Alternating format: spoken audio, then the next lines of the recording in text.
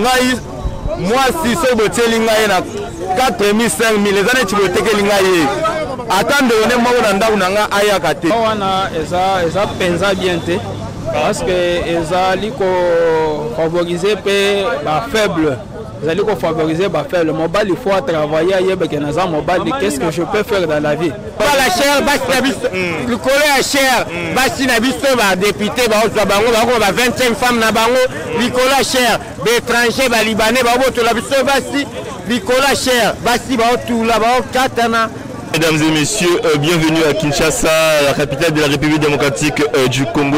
Je suis très content d'être devant vous aujourd'hui pour une journée très spéciale pour l'honorable Daniel Mbaou qui propose une nouvelle loi concernant le mariage en République démocratique du Congo.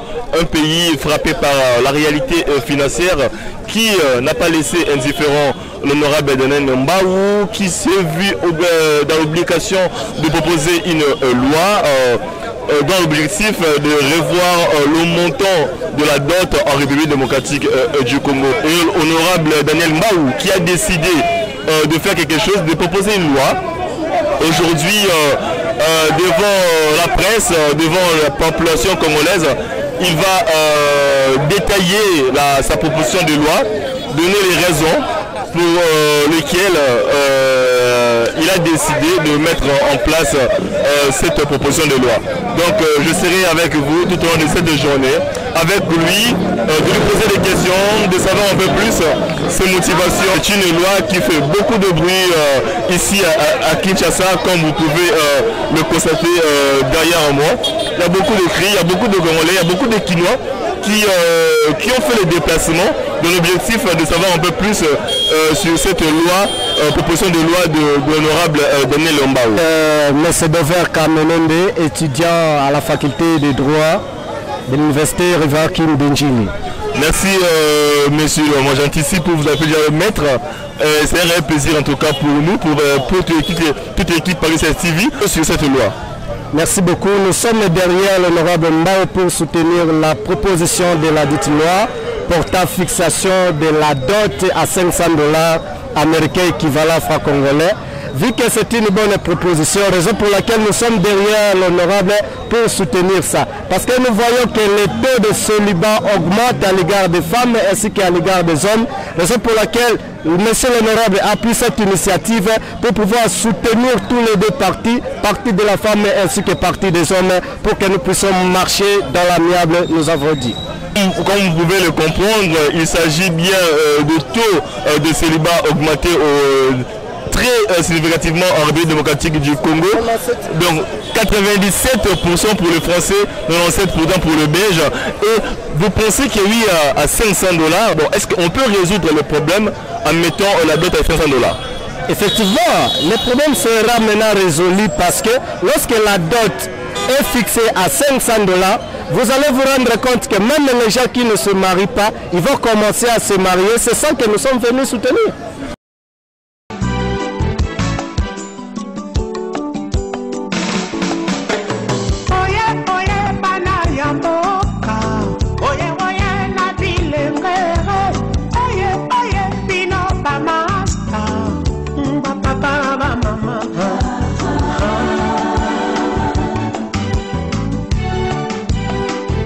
Mais dans un pays où aussi on constate le taux de chômage élevé, mais les parents peuvent aussi augmenter tout simplement la liste de choses à donner. Est-ce qu'il n'y aura pas souvent de cafouilles entre le prix et la liste de choses à remettre à la famille? Merci beaucoup. Je pense que cela se pose aussi un problème. Vous voyez, parce que beaucoup de nos parents pensent que non, le fait de faire étudier leurs filles, c'est ça, après l'étude de leur fille, peut-être on peut récupérer tout ce qu'on avait dépassé. Alors que l'étude ainsi que le mariage n'a rien à voir. Raison pour laquelle si la liste, on fait augmenter peut-être les biens demandés, ça devient vraiment une catastrophe. Raison pour laquelle avec les $500, on peut aussi diminuer le taux de la liste, les demandes qu'on a exigées sur la liste. On peut demander 2 ou 3 choses, vraiment ça peut suffire. naza vraiment trop de motivation par rapport à ça. Et avait une idée, et ça bonne idée. Mais tarif où tu appelles sur les a trop cher. Pour l'Ibala tout d'abord, ils ont symbole. La moi c'est à 10 $. Mais la seule fête il y a 20 millions. Bah tu vas aller à 4 jours. Et ça qu'on connaît. L'Ibala le 8 est bon rebelle. Oh on a ça pensa bien té. Parce que ils ont favoriser les faibles. Ils allaient favoriser les faibles. Le mobile il faut travailler qu'est-ce que je peux faire dans la vie. Bon, parce que tous les gens ont rebelle, net biso tous comme ba moto. Papa na ko biso bo que au moni ba basse rebelle to na moto, jamais au ko même moi si azana téléphone il y a moins de $100 ça la raté. Donc ba téléphone on a ka mibeli nde bazo sombela bango. Pona nini ozo sombela moi si ko ko mobile moko azana basse to 3 4 bango nyo so sombela bango téléphone. Plus de $1000. Combien plus forte raison cause en Kobala moi aussi au fond on a qui c'est les prix mais aux autres moi aussi c'est plus cher par rapport à d'autres ceux qui c'est les d'autres et bon on accessoire au baba qui na d'autres wana ba qui c'est ngoli sous bien ba ko ça langolo moi si ce botel ngai na 4000 5000 les années tu botel que ngai attendre on est mo na ndau nanga aya kate en plus na muta détail ba o wa senga mbongo ebele bango ba lingaka ba botola biso ba momi bazwa momi na biso ba tilize abwa kisi momi anjulu kilo momi azomi chez bango pour libale zara symbole bien ba chango ka ba $50 $100 ça $50 ata aona Kinshasa. D'ailleurs, on a qui chose coûte, bah c'est ce qui te sali calcule d'autres à la $1000, because à la temps à $5000. Maintenant, bah accessoire en des à la pensa cher. Au moins il faut se mettre en écran à 42 pouces, 3 vestes, bah super, bah sapat, bilo on des à la mais bah tout à niveau à $3000. Alors bah raison donc les arbres $200 c'est comme si que na cause là et vous allez le bilamba na lati lelo na tongo na lati $200 na boaki na po na ba na ko ba la ta ser na tiki bango vous êtes à moi si cher aye na ndako lobi malade na famille o bo kende pas ya mobala yaya mais tandis que na bala mo na bino cher na bala mo na bino cher na ndako mutu moko ayaka te bokitisa bana na bino po te bala bango na ndako pe libala ezalaka lisungi soko ye problème na famille bokende pa mobala yaya na kobimisa na kopesa tanis. Donc le problème est que basi bazotuna po mibali na basi bazokoka kosupportana na libala te yango wana ozomona mosusu bazokima meba donc il faut batelemela eloko wana soki basalilo oyo ya oyo il faut d'autres équipes mais il faut basali lisusu balo parce que l'état ye moko d'abord on a organisé la commune qu'on s'enregistrer pas moins de $100 pas moins de ça est-ce que il faut pas que tu sois pas de pour bazana amour il faut pas que tu sois qu'on s'enregistrer à la 3000 francs de ton monique vraiment ba député bazana bolingo na biso mais ceux qui qu'on s'enregistrer ils ont compté à $10 mais ils ont au-delà ce qu'on besoin de ça kaka d'autres bateau bazonyo kama na bana pour ba donc ça on a ngai na monique ça pensa nécessaire il faut pas l'état ye moko il faut se reconnaître ba député ba le biso ko s'enregistrer na niveau commune à la 3000 5000 en ce moment-là il faut permettre bato babala kala na o bazo bala ba s'enregistrer à l'aise par rapport ya ko kende na ba d'autres ezalaka négociation ya famille ya mwasi na famille ya mobali ba ko se négocier par rapport ya bolingo na bango mukete po symbole ko zaba musango ko zala ba velo ko zala ne ba senga ka ba mbonda kuna mama sengi njungu ma famille o mon ba symbole wana ba kontango te libale ça est vraiment honneur honneur c'est-à-dire que tarif te cherté la transparence honneur et ça symbole la valorisation c'est na moi valeur na eloko mo mais tarif le tete et ça bien peu ben d'abatu bazala dede tout ça n'est pas la transparence ouais mais $200 vous pour nanga c'est trop cher il faut sur moi $150 $100 $50 dame susu fonanga ezaya 4000 wana tosala mama mususu bino boye 4000 anga bomemi mwana bino na ndako ya nini ayali mabanga bopesa biso mbo mususu bandelia botika biloko wana tosepeli te bapara botika biloko wana bokitisa bana bino libale kita po biso fe tobala tozala bien so atie mbongo ebele ya alingi mbongo ezali mpe akozala na maîtrise te ya libala mpo ju mbongo ezala te na evana 3000 francs oliaka 30 000 mais ju mosusu na 3000 francs asala mwa loso abula etoko atwaka na tanda ocomprendre wana mpe obima libanda mpo alingi mbongo amesada na 30 000 tosala hamburger tosala mwa bout d'ambiance omona mais so na eso na 3000 francs fo alinga ngo mpo eza symbole mpo bakoko babota bisoki babala rien tout d'abord eza cher tout d'abord basi batimbeli kope yango ekoma cher yango leta kuta ede mibali to récupéré yango etie tarif wana nde aede biso bamibali soki mwasi aboyi na ye ake homosexuel nde baautorise waki na homosexuel basi bakomi ebele na molimo ba homosexuel akozi te sa libala ya cher yango bakomi bapede ocomprendre yango te vérité ngo wana faut batiango na tarif moko mobali mwasi to arécupéré basi bakoma homosexuel amoniki ya babala ye moninga na 4 000 $ ye mpe lokola bazali badiversaire alingi mpe babala ye na 6 000 $. si oyo ozwa tana te na minute tianaki ebomala na kisexualité akomi ne lesbienne omona yango wana omona ke tokwaya na etape wana tokwaya vraimen na monde wana ya 20 $, 50 $, ezala bien ngai so nalingi momi na nga badepase ata 10 millions ya mariage na marke bato baye balango ata une semaine a quartier na ngai quartier na ye baye bameli bake na scène on comprendre mais ato bali na 2000 $, c'est fait bake balie Thompson ekoka te on comprendre efinga makaka mpo mbongo wana bato bayaki bainvité balie Thompson te bameli masanga bien te oyebala ata na 10 $, mais ovalorise ka na événement pour eza symbole. Le plus important pour nous c'est un événement. Ezeka événement symbole ata mungu akaka bapesi ngai na faine pour la libéra lobi lobi to lobi ba jet lobi a comprendre.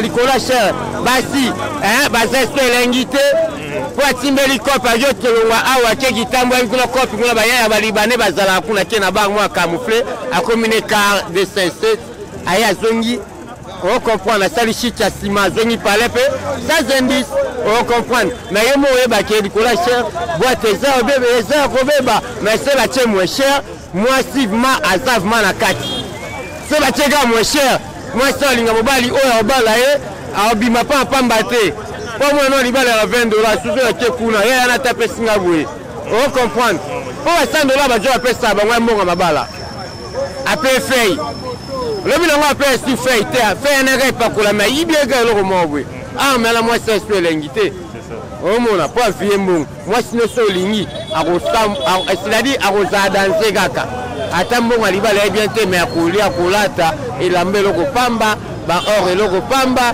oko ma papa eloko pamba on valorise toujours moi sinon pour la première garde na yo mon konja foyer na mobimba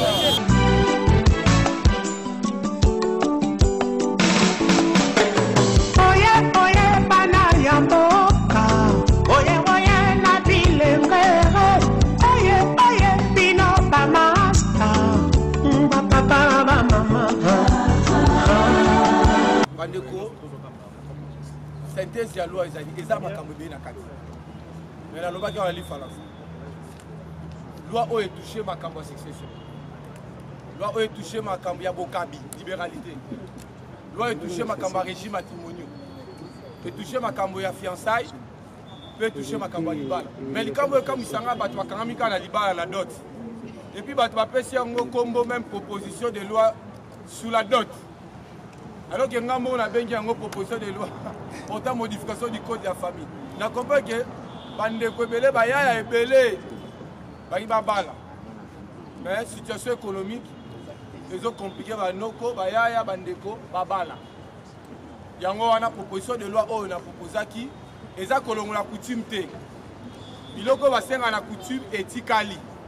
Mais mbongo oyo ekomi lokola bateka bandeko na biso ya basi. Parce qu'il a licencié, parce qu'il a kitoko, parce qu'il a bébé. Papa t'a dit open za bébé. C'est que tote kai to ma fa musu kwa ke ko defa nyongo. Ba oza ti ba zo mbongo ado ti ba futa. Et comme il faut à commerce. bamosusu basala baboutique aboti bana basi azozwa bango lokola baboutique ateka bango. Or d'autres esilaka te epa baluba balobaka d'autres eza lokola nzungu. Donc esilaka te ata mwana no babali ye lobi oza toujours na besoin mobali wana sunga biso oyo na babelle famille na biso tosungana vie esili te oyo kosunga lobi eleki ya dot yango wana tolimite montant tobi liste te ya montant eza fourchette de 0 à 500 $500 wana eza fixé na franc congolais pour mon kwa Congo il faut fixer en franc congolais 1 million. Je sais pas si je peux me comprendre. Et puis $200 dans ma millier riro fixé en franc congolais. Donc ils ont permettre bandeko na montant wana babala. Donc na montant ya C parce qu'il y a ba coutume muso ko pa na biso ko pesa ntaba ba pesi au moins. So pour que na mboka ntaba wana za valeur ntaba ki sasa te. Même ça coûter $10. D'autres les a symbole. Mariage les a un symbole.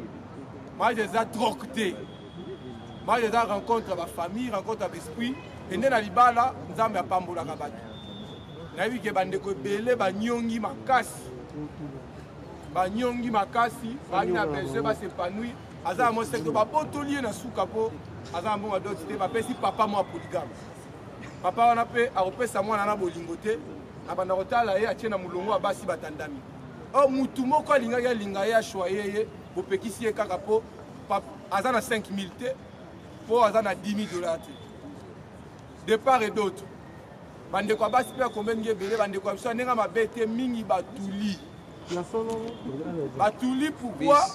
Yaza besoin bala bango ba oteka ye. Na mona na makala moi simoko. Noko na ye na batatale ki na ye aza orpheline bazo sala ye boye si lelo moi swana abala te parce que pour na noko ki nzonzi il faut ba pesa ye d'autres ebele moi c'est atuli na ndako ba mususu kuti ba union libre bazo kufisa bana tous les jours d'autres comme na copie ya kindoki na kati eza noko mususu avanda zela kaka ba pesa d'autres aliera bana oka moi liboso kufi balobi omono akufi po apesaka doti te bandeko azobota bano kolisi moya mwana kola comme dit balie po pesaka doti te bakouple na eza ebele na kisasa bato ba comprendre mamna lo bate eza mingi bato bavanda na bandako minene koza ba climatiser ko babala facilement bato ba je le connais mais biso ba congolais moyen biso pe ba jeune banoko on comprend ce que c'est libala ngai ndeko amna otikoloba awa lipambo linange bandaki mukona balaki. J'ai toujours dit moi c'est la femme la bénédiction na kiemi. Le mariage est une institution divine. Tant on a bali ma solo salini. Merci. Aduni mutuna est-ce que ça mama misala toi va premier belé à biso à congolais photo ni bango Pierre Kazali pe Hermon Boto ni maka toi vraiment mabala. Vous avez un problème, il y a Kolata, tu as un problème ébélé. Mais les législateurs ont résoudre le problème manière au de la montée. L'État a résoudre le problème manière de monter. Le président de la République a résoudre le problème on a quand malembe. La loi abonnée pour permettre au président de la République à répondre à la préoccupation de la population. Sauf qu'il est là, j'ai des bébés mariés. Je pense que l'IBA les peut ça tout ça sa responsabilité. Les gens j'aime sous la yebi pour répondre à ta question. Bah il Lukambongo. Donc dans Lukambongo abima tongo 12h école ce que libana défense on alala. Mais soit à moi sinanda. Basi basala na biso buya. Et puis ça kasa parce que zo banga. So na ticket le côté na ndako. Moi ça olia nini. Moi na olia na poko. Est-ce que vous voyez la kimia? En réalité, tu bénéficiaires en alliance de joie. Parce que la TV, tu sommes total à nous sommes la Robassinaban. Donc, le mariage aussi, c'est une partie de la vie. Maman d'emploi, on a retourné à député tes papas. Les gens moussa tous les gouvernements à warrior, Naroban, Zantizo, Samoussa, Malamu, Nicolas Goya, gouvernement à warrior, les autres, ça, on a déjà malin, mais on fait un peu d'espace, c'est ça, la loi et emploi, ils allaient. Et tout le monde s'en est beaucoup. crois que dernière question, est-ce que va appliquer à nous? Bon, papa, c'est ça la loi. La loi est belle côté dans le cimetière. Dans le Congo. Les appels loi qui a été. Dans le Congo, même, tu discutes sur Alinéa. Alinéa, moi, que ça a 6 mois de débat sur les réseaux sociaux. Mais heureusement que tu as changé l'époque, tu as l'époque, il y a l'état des droits. L'état des droits, ils appellent état d'esprit. Au moins, ils sont à Yuma. On va faire appliquer au Nord. Mais ceux qui ont un état d'esprit, ils sont sérieux. Même papa Bokilo, papa Bokilo, tu es sérieux. Je te donne ma fille. Mais ceux qui comprennent ma droit, ils vont exercer en haut. Parce qu'il y a une chose, proclamer le droit. Une autre, revendiquer ses droits. Le problème, c'est que le problème, il y a législateur. Grâce à Moussa Nanga, il faut s'approprier dans mon bégo. Il faut faire appliquer mon bégo. C'était l'émission Les Banamboka sur Paris 16 TV, PS TV depuis Kinshasa. Aujourd'hui, c'était une journée spéciale avec honorable Daniel Mbaou. Nous sommes ici au sein du palais du peuple de Kinshasa. Une journée consacrée à l'occasion de sa proposition de loi sur le prix de la dot de mariage en République démocratique du Congo. C'est avec un réel plaisir et honneur que l'honorable Daniel Mbaou a pu répondre à toutes les questions de journalistes. Et donc c'est ainsi et c'est ici que nous mettons fin à cette journée spéciale avec honorable Daniel Mbaou à ce qui concerne la loi sur la dot pour le mariage en République démocratique du Congo. Comme j'ai l'habitude de dire, comme notre frère Christian Bosembe, que la peur quitte nos esprits et que Dieu bénisse la République démocratique du Congo. À la prochaine.